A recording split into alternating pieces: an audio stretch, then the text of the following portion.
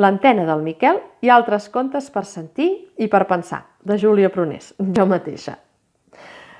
Em fa molta il·lusió presentar-vos la col·lecció de contes per sentir i per pensar, que neix amb aquest primer llibre, il·lustrat per la Bernadette Cuixart i que publica Lluna Edicions. El primer volum l'hem pensat per nens i nenes de 8 fins a 10 anys i es tracta d'un recull de contes per treballar l'educació emocional. N'hi ha 9, un curs per recordar i quin dia més emocionant, que ens parlen sobre les emocions. La cursa d'en Daniel, que és un conte sobre la frustració i com gestionar-la. L'antena del Miquel ens parla de l'empatia. Ara i aquí ens introdueix en el món de la meditació i la consciència plena. I tenim Estrella, és un conte sobre autoestima i reconeixement. La princesa de Xaxars ens parla sobre els estereotips de gènere, Formigues sobre la cooperació i Vilanova de Pinyeta sobre els conflictes i la comunicació.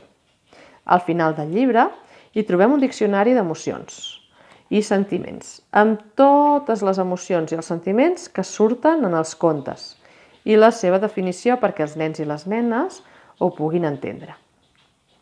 N'hi ha 78 de diferents i totes elles es troben ressaltades amb un color diferent i un tipus de lletra diferent. A més, cada conte va acompanyat d'una il·lustració preciosa de la Bernadette i disposen d'un espai, un raconet, per pensar-hi una mica, on es plantegen algunes reflexions al voltant de la temàtica del conte, algunes preguntes, alguns exercicis, algunes estratègies que permetran als nens i a les nenes treballar-ho de forma autònoma. Però, evidentment, si ho fan acompanyats d'un adult, molt millor. Ja veieu, és un conte fantàstic per regalar aquest any per Sant Jordi i així omplir les cases d'emocions, de reflexió i sobretot de molta fantasia. També estem treballant amb una guia didàctica per a aquells mestres i aquelles mestres que el vulguin treballar a l'aula. Molt aviat es podrà descarregar de forma gratuïta de la web de Lluna.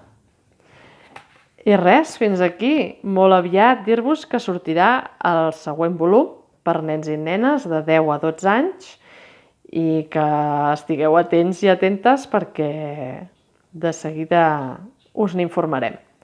Moltes gràcies.